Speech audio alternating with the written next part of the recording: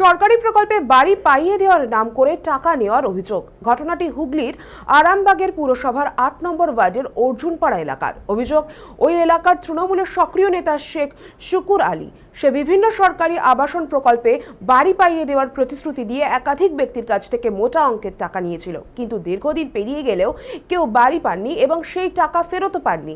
এই অভিযোগে ক্ষুব্ধ হয়ে শুক্রবার স্থানীয় মহিলারা একজোট হয়ে শেখ শুকুর আলীর বাড়ির সামনে বিক্ষোভে সামিল হন।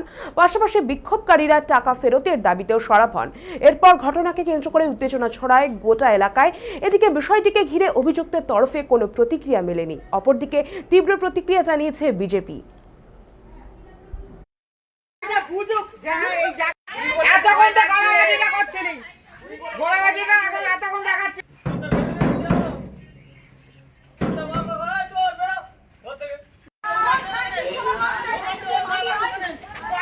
তোমার ১,৫০০ করে টাকা নিয়েছিল।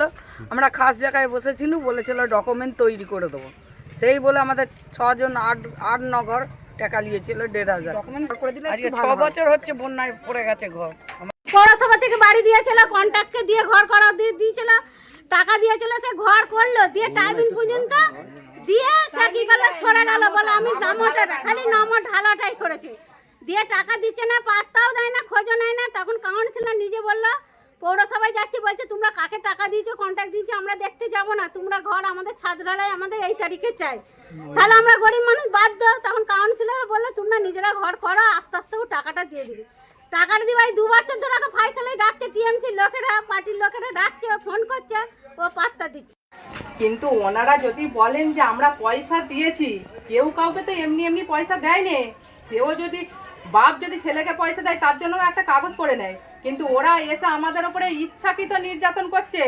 ওরা আমার স্বামীর ওপরে প্রেশার ক্রিয়েট করছে। এই কারণে আমার স্বামী একজন তৃণমূলের কর্মী ছিল।